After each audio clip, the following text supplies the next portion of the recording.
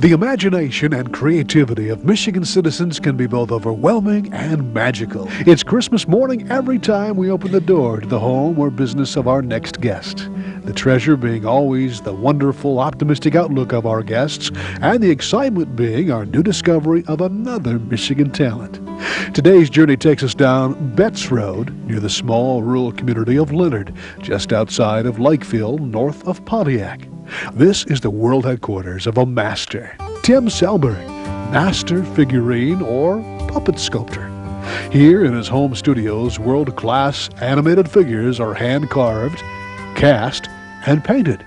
From conception to the adding of the meticulous mechanics that brings Tim's characters to life, every detail is checked by Tim and his associates for quality and perfection.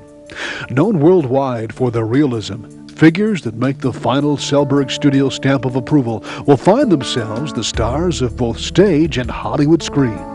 On entering Selberg Studios, we felt the sense of being surrounded with a creative energy, centered within the mind's eye of Tim himself. Tim, it's a pleasure meeting you. Nice to meet you. And we have quite an artist, because what you see here is Tim's handiwork. These are called what? They're not called dummies. Well, they're that's what I call puppets them all the or time. whatever. Yeah. Technically, it's a ventriloquial figure. Ventriloquial figure. So was I close enough? Takes practice. Takes practice. And by golly, you had a lot of practice in doing this. And you've got characters from your mind's eye that have go back how many years now have you been doing this?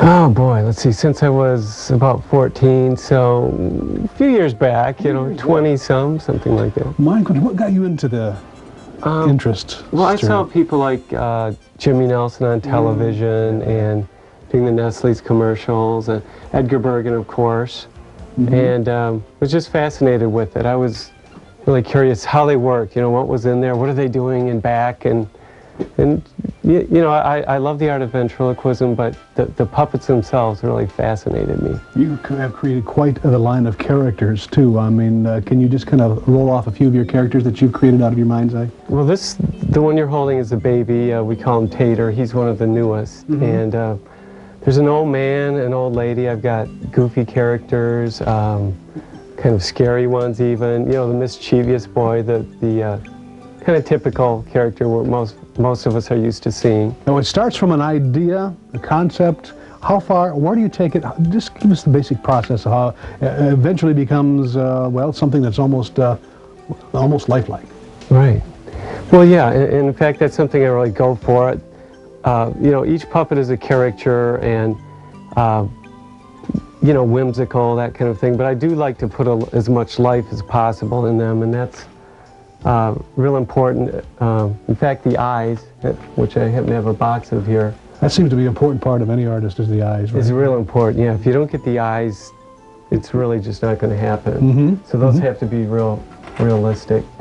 But you take it from a rendering, an artist rendering of your own, and then what's the basic steps? Yeah, well, usually they're kind of gelling around in my head for usually months as I'm kind of planning to add a character to the line.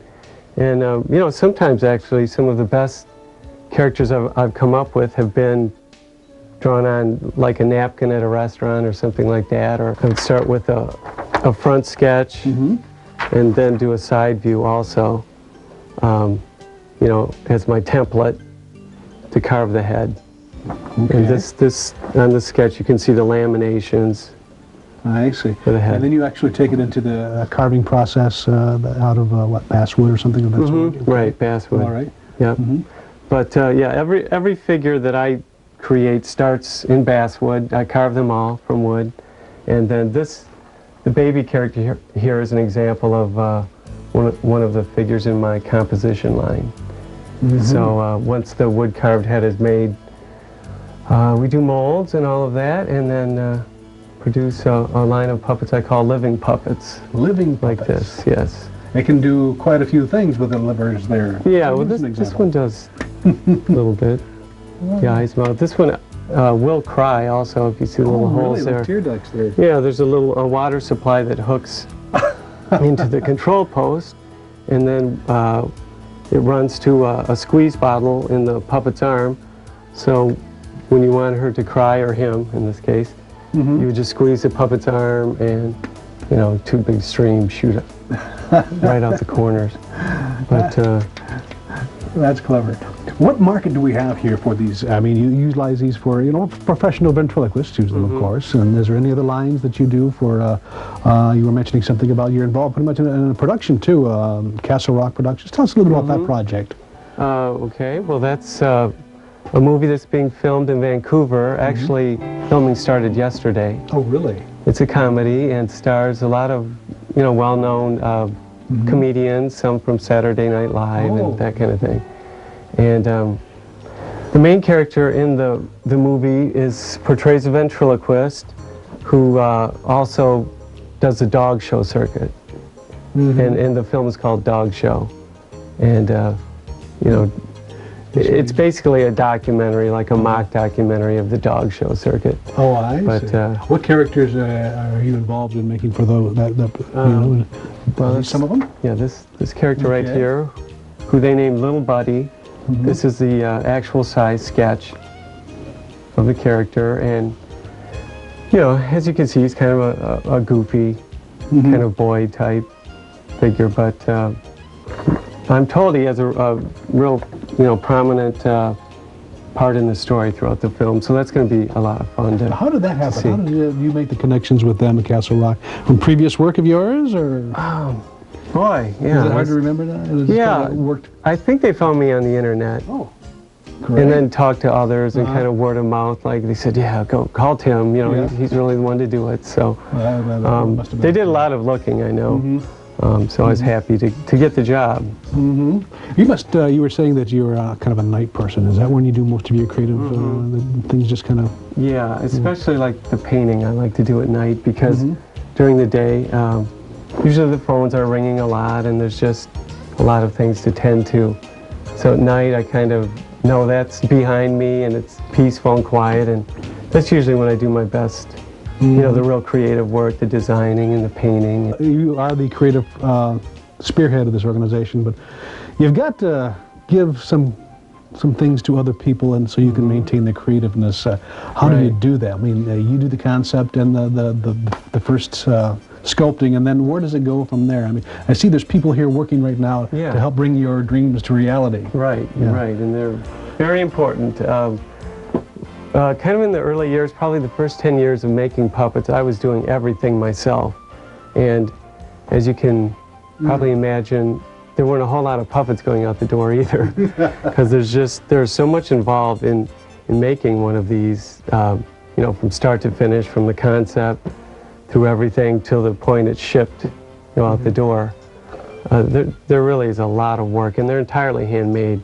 So mechanical people would take the head once it's carved or cast and install this control stick, install a multitude of mechanical levers and pulleys and various things in the head to make everything work.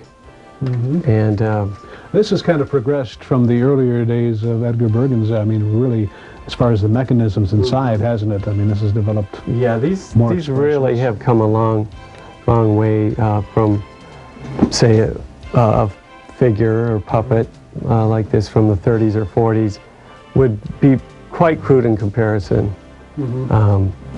So they get quite sophisticated.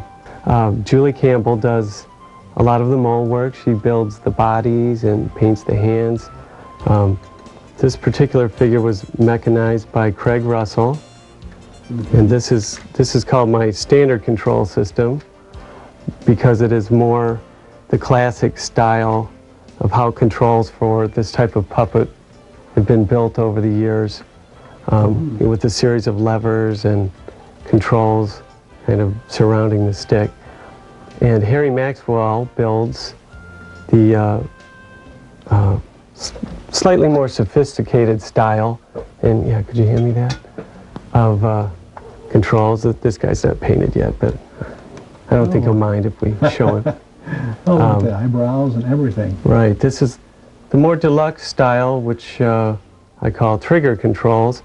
And the nice thing about these, the concept here, is that you can basically put a finger on every control at once, and do everything simultaneously. Tim went on to tell us that even the figure's final wardrobe is original, created by Marilyn Hope, a local seamstress that interprets Tim's ideas. If you're interested in getting a Selberg creation, stock figures can be in your hands within a couple of months. Custom jobs a little longer, about 1 to 2 years. You may see Tim's creations on his worldwide website or at galleries and museums throughout the U.S. This is, like I said, actually the newest character that we've come out with, and one of my favorites, and I love the size. I have to admit, I like the small ones.